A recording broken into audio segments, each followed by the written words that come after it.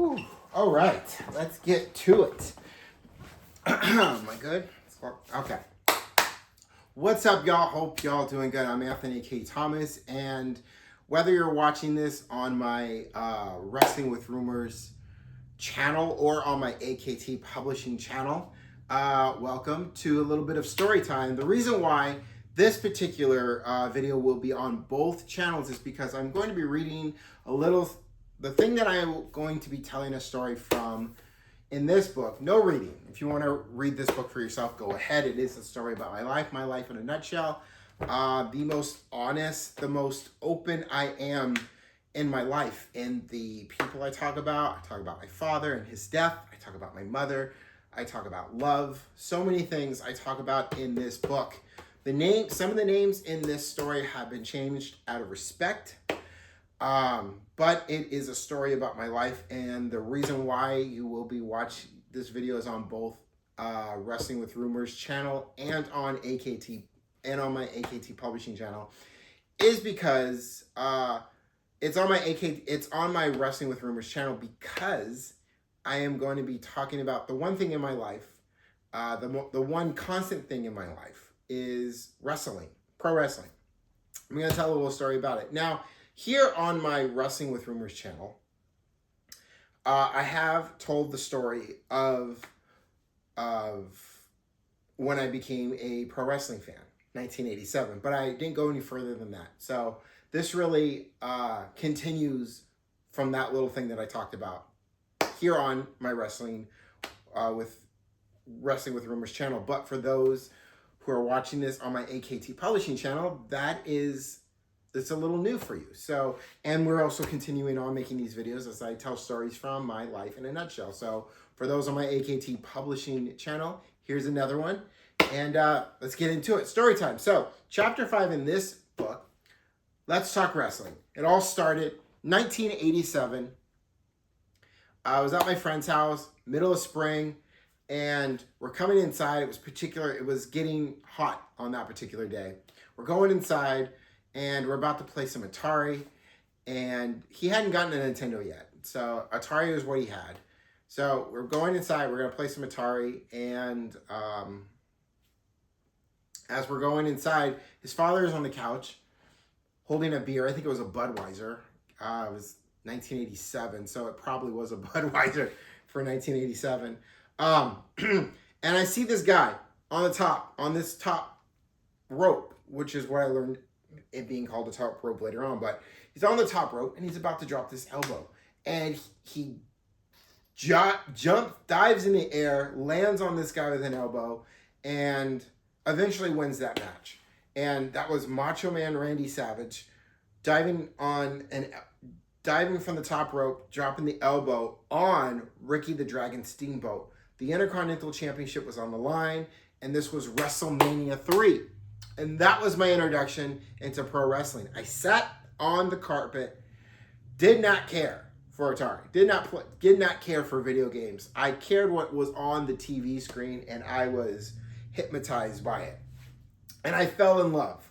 I got all the way to the end, Hulk Hogan body slamming this monstrosity of a monster of the eighth wonder in the world, Andre the Giant, to retain his WWE Championship. Hulk Hogan did. And I fell in love. My mom comes and picks me up, and I get so excited because I'm telling her, like, Mom. I'm telling her everything that I just did. I tell her about watching WrestleMania 3 and how I loved it and I want to see more of this. And my mom was really cool and very supportive in this thing that I loved. And she helped me find it. She helped me find prime time. When Saturday night's main event was going to be on. She helped me find when WWF at the time was going to be on. And that was it. From 1987, that day, and forward, I loved it. I remember watching the first episode of Raw and just how cool this is, that every Monday night, this is going to be on my TV, Monday Night Raw. I remember the Attitude Era and how amazing it was being in the thick of that. one particular moment that I really remember that really stuck with me. There were so many moments that really stuck with me, but one is it's the Monday Night Raw before WrestleMania, and it's going to be Stone Cold Steve Austin versus The Rock. And Stone Cold Steve Austin drives in to the arena, goes through the ramp, almost like the Titantron, that big screen is like kind of flipping up a little bit. You're like worried, is this thing gonna fall? And he drives this beer truck in, and well, you got Vince McMahon, you got Shane McMahon, and you got The Rock all in the ring, and they're all shocked that Stone Cold is coming in. You got Stone Cold talking his stuff, and he's like, "You better get serious, son," because he's gonna check himself. Because Stone Cold was like, This is one part where Stone Cold's like, "I'm going to check myself directly into the SmackDown hotel, go right up to room 316 and burn that son of a bitch to the ground." I know it's not word for word of how he said it, but my God. Then he goes on and takes his hose out and sprays The Rock, Vince McMahon, Shane McMahon in beer. I tell you, it was a Wild West during the Attitude Era. The Godfather, trade. I know it's not a sound cool these days, but The Godfather.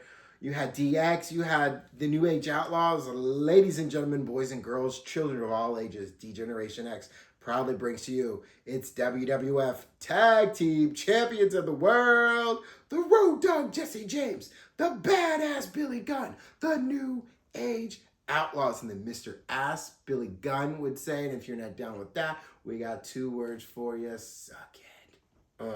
All that stuff. It's still in me, but I'm bringing this up in Let's Talk Wrestling because everything that I've gone through in my life, when you look at the good stuff is good, right? But when the bad stuff happened, wrestling was the constant in my life that was always there, that allowed me to forget whatever it was that was going through and just be in that. Just watch what's on Raw, and then later on in 1999, SmackDown, and then being able to watch Raw and SmackDown, and then the pay-per-views, which eventually became PLEs. Whenever something bad was happening, it was always there. It was the constant in my life that helped me get through anything and everything in my life. When my father died, two moments that I want to talk about really quick.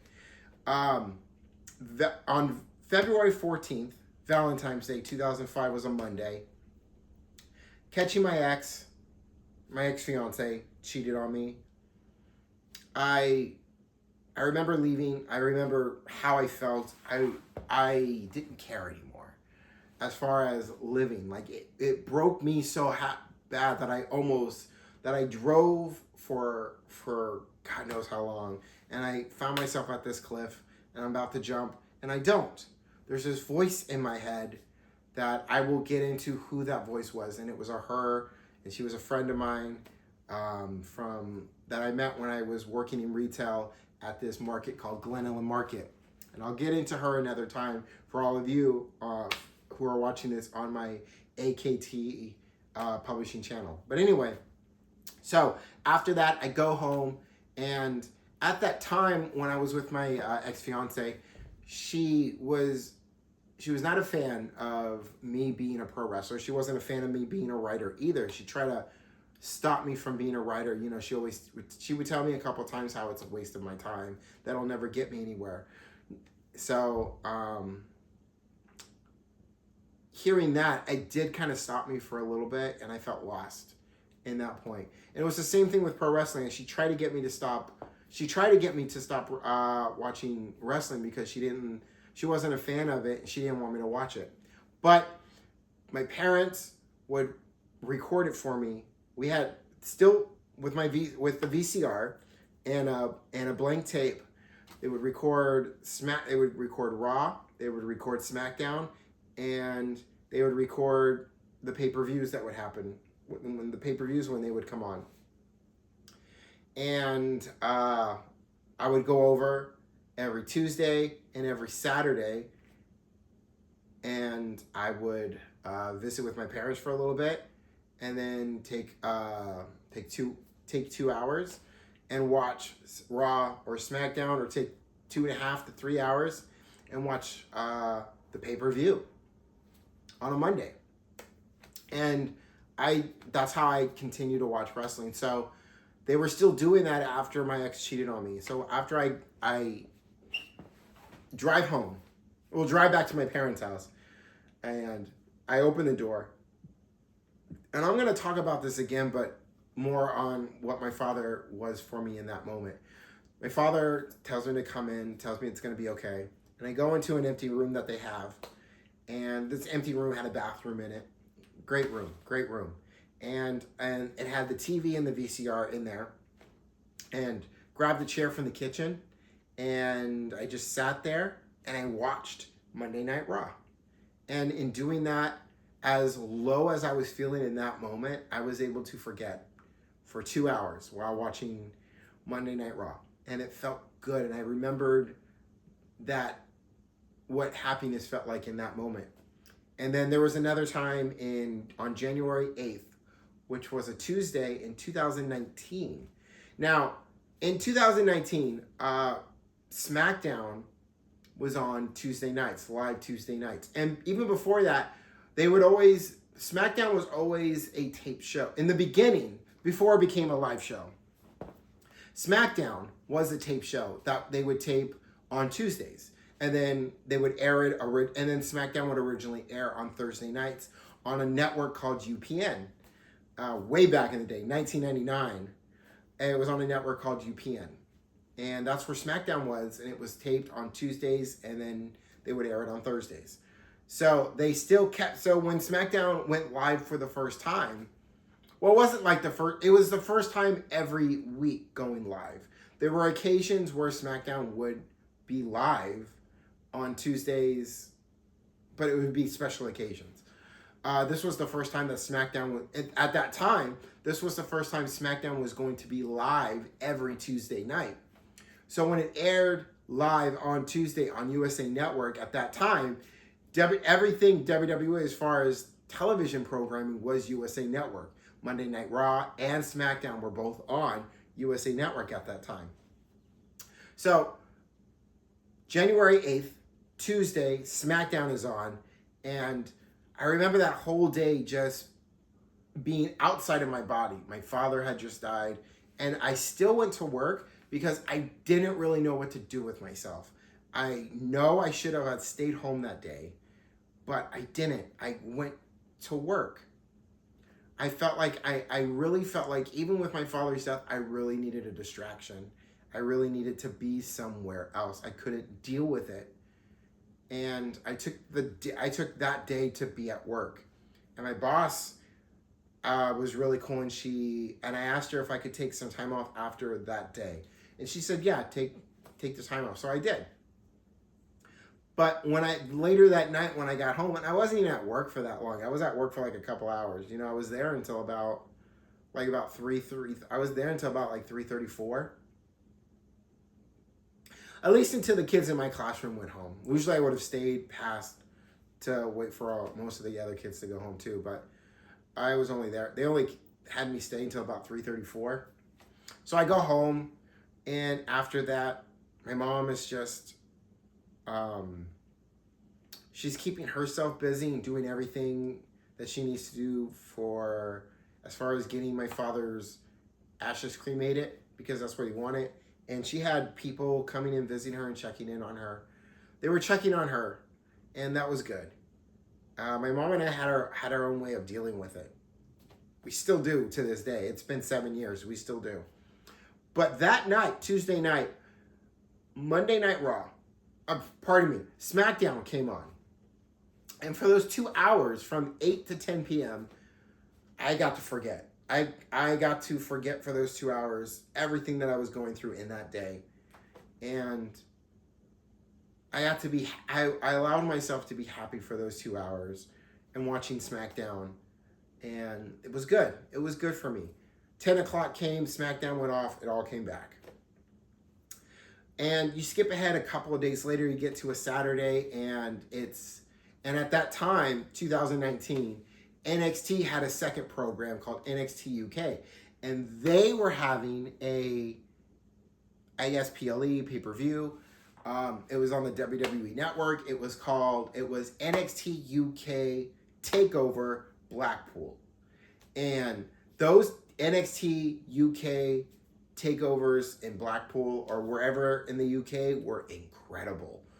Really intimate, really, the crowd was always loud, the chanting, the UK crowd always chanting.